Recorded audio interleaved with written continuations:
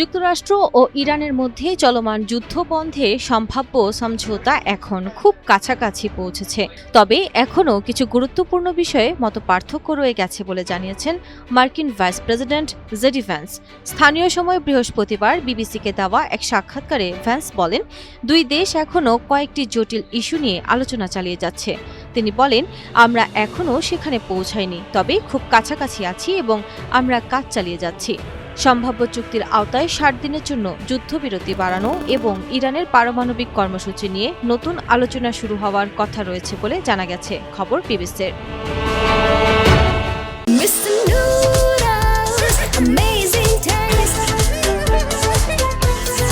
এর আগে বৃহস্পতিবার মার্কিন কর্মকর্তারা বিবিসিকে জানান, যুক্তরাষ্ট্র ও ইরান একটি সমঝোতার কাঠামোতে সম্মত হয়েছে, তবে সেটি এখনও প্রেসিডেন্ট ডোনাল্ড ট্রাম্প এবং ইরানের শীর্ষ নেতৃত্বের অনুমোদনের অপেক্ষায় রয়েছে। অন্যদিকে ইরানের আধা সরকারি সংবাদ মাধ্যম তাসনিম জানিয়েছে, চুক্তিটি এখনও চূড়ান্ত হয়নি কিংবা আনুষ্ঠানিকভাবে নিশ্চিত করা হয়নি। ওয়াশিংটনের সাংবাদিকদের সঙ্গে আলাপকালে ভ্যান্স বলেন, আলোচনায় সবচেয়ে বড় ইস্যুগুলোর একটি হল ইউরেনিয়াম সমৃদ্ধকরণ প্রশ্ন।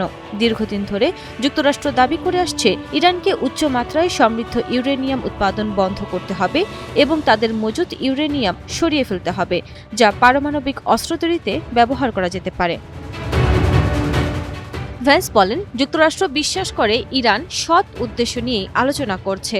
গত ৮ এপ্রিল যুক্তরাষ্ট্র ও ইরানের মধ্যে যুদ্ধবিরতি কার্যকর হওয়ার পর থেকেই প্রেসিডেন্ট ডোনাল্ড ট্রাম্প একাধিকবার দাবি করেছেন যে দুই দেশ সমঝোতার খুব কাছে রয়েছে, তবে এখন পর্যন্ত কোনো চূড়ান্ত ফলাফল সামনে আসেনি।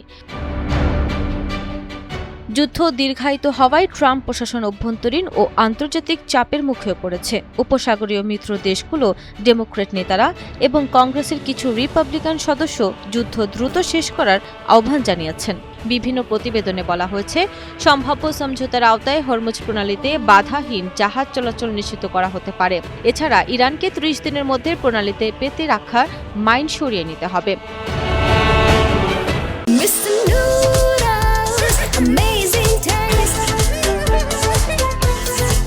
চুক্তি হলে যুক্তরাষ্ট্র ইরানের ওপর আরোপিত নৌ অবরোধ তুলে নিতে পারে এবং তেহরানকে আবারও তেল রপ্তানির সুযোগ দিতে নিষেধাজ্ঞায় ছাড় দিতে পারে বলেও প্রতিবেদনে উল্লেখ করা হয়েছে। যুক্তরাষ্ট্রভিত্তিক সংবাদ মাধ্যম অ্যাক্সিওস জানিয়েছে, ট্রাম্পকে সম্ভাব্য চুক্তির খসড়া দেখানো হয়েছে, তবে তিনি এখনও তাতে চূড়ান্ত অনুমোদন দেননি। বিষয়টি বিবেচনার জন্য তিনি আরও কয়েকদিন সময় নিতে পারেন। এদিকে বুধবার ইরানের রাষ্ট্রীয় গণমাধ্যম একটি কথিত ১৪ দফা সমঝোতা স্মারকের খসড়া প্রকাশ করে। সেখানে ইরানের বন্দরগুলোতে মার্কিন নৌ অবরোধ প্রত্যাহার, ইরানের আশপাশ থেকে মার্কিন সেনা সরিয়ে নেওয়া এবং হরমুজ প্রণালীতে বাণিজ্যিক জাহাজ চলাচল পুনরায় চালুর কথা উল্লেখ ছিল। তবে হোয়াইট হাউস ওই খসড়াকে সম্পূর্ণ মনগড়া বলে উড়িয়ে দিয়েছে।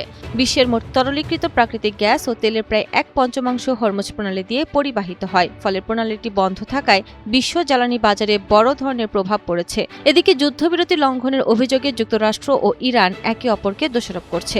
ইরানের ইসলামিক রেভলিউশনারি গার্ড কর্পস দাবি করছে, দক্ষিণ ইরানে নতুন মার্কিন হামলার পর তারা ওই অঞ্চলে একটি মার্কিন ঘাঁটি লক্ষ্য করে হামলা চালিয়েছে। ইরানের রাষ্ট্রীয় গণমাধ্যম আরও দাবি করেছে, দেশটির বাহিনী একটি মার্কিন উড়োজাহাজ বা ড্রোন ভূপাতিত করেছে। তবে মার্কিন সেন্ট্রাল কমান্ড সেই দাবি অস্বীকার করে জানিয়েছে, কোনো মার্কিন উড়োজাহাজ ভূপাতিত হয়নি, আমাদের সব আকাশযান নিরাপদ রয়েছে।